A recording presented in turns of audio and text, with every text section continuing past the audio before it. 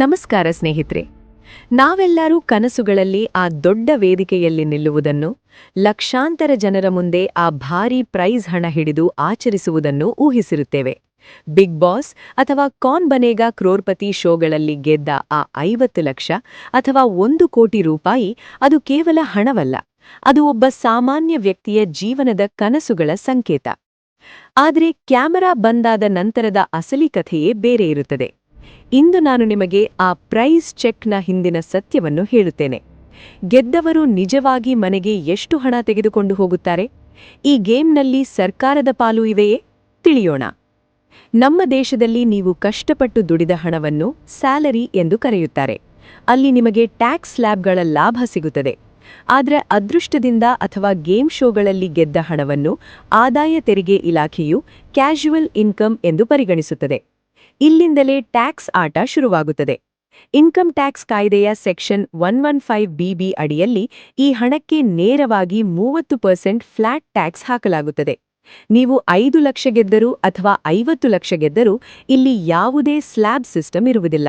ಅಂದರೆ ಆ ಹಣ ನಿಮ್ಮ ಕೈ ಸೇರುವ ಮುನ್ನವೇ 30% ಕಡಿತವಾಗುತ್ತದೆ. ಇಷ್ಟು ಮಾತ್ರವಲ್ಲ, ಇದರ ಮೇಲೆ 4% ಹೆಲ್ತ್ ಅಂಡ್ ಎಜುಕೇಷನ್ ಸೆಸ್ ಕೂಡ ಸೇರುತ್ತದೆ. ಒಂದು ಲೆಕ್ಕಾಚಾರ ನೋಡೋಣ. ಒಬ್ಬ ವ್ಯಕ್ತಿ 50 ಲಕ್ಷ ರೂಪಾಯಿ ಪ್ರೈಸ್ ಗೆದ್ದರೆ ಮೊದಲು 30% ಟ್ಯಾಕ್ಸ್ ಅಂದರೆ 15 ಲಕ್ಷ ರೂಪಾಯಿ, ನಂತರ ಆ 15 ಲಕ್ಷದ ಮೇಲೆ 4% ಸೆಸ್ ಅಂದರೆ 60,000 ರೂಪಾಯಿ, ಒಟ್ಟು ಟ್ಯಾಕ್ಸ್ 15.60 ಲಕ್ಷ ರೂಪಾಯಿ. ಅಂದರೆ ವಿನ್ನರ್ಗೆ ಅಂತಿಮವಾಗಿ ಕೈಗೆ ಸಿಗುವುದು ಕೇವಲ 34.40 ಲಕ್ಷ ರೂಪಾಯಿ ಮಾತ್ರ. ಅಂದರೆ ಸುಮಾರು 16 ಲಕ್ಷ ರೂಪಾಯಿ ತೆರಿಗೆ ರೂಪದಲ್ಲಿ ದೇಶದ ಅಭಿವೃದ್ಧಿಗಾಗಿ ಸರ್ಕಾರಕ್ಕೆ ಸಲ್ಲುತ್ತದೆ. ಇನ್ನು ಶೋಗಳಲ್ಲಿ ಸಿಗುವ ಐಶ್ವರ್ಯರಾಮ ಕಾರುಗಳ ಬಗ್ಗೆ ಹೇಳುವುದಾದರೆ, ಫ್ರೀ ಕಾರು ಸಿಕ್ಕಿತು ಎಂದು ನಾವು ಸಂಭ್ರಮಿಸುತ್ತೇವೆ.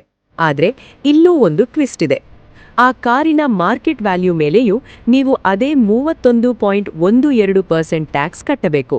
ಉದಾಹರಣೆಗೆ, ನಿಮಗೆ 10 ಲಕ್ಷ ರೂಪಾಯಿ ಬೆಲೆಯ ಕಾರು ಉಡುಗೊರೆಯಾಗಿ ಸಿಕ್ಕರೆ ನೀವು ಸರ್ಕಾರಕ್ಕೆ ಸುಮಾರು 3.12 ಲಕ್ಷ ರೂಪಾಯಿ ಟ್ಯಾಕ್ಸ್ ಕಟ್ಟಬೇಕಾಗುತ್ತದೆ.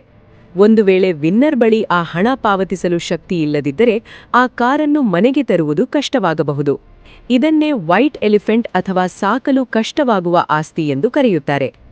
ಸರ್ಕಾರ ಈ ರೀತಿಯ ಆದಾಯಕ್ಕೆ ಹೆಚ್ಚಿನ ತೆರಿಗೆ ವಿಧಿಸಲು ಕಾರಣವೆಂದರೆ ಇದು ನಿಯಮಿತವಾಗಿ ಬರುವ ಆದಾಯವಲ್ಲ ಮತ್ತು ಇದು ಆಕಸ್ಮಿಕವಾಗಿ ಬರುವ ಲಾಭ ಎಂಬುದು ಕಾನೂನಿನ ಅಭಿಪ್ರಾಯ.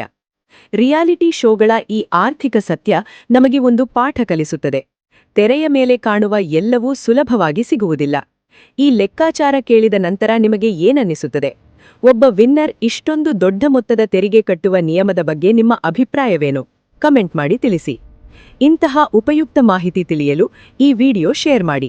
ಮುಂದಿನ ವಿಡಿಯೋದಲ್ಲಿ ಸಿಗೋಣ. ಧನ್ಯವಾದಗಳು.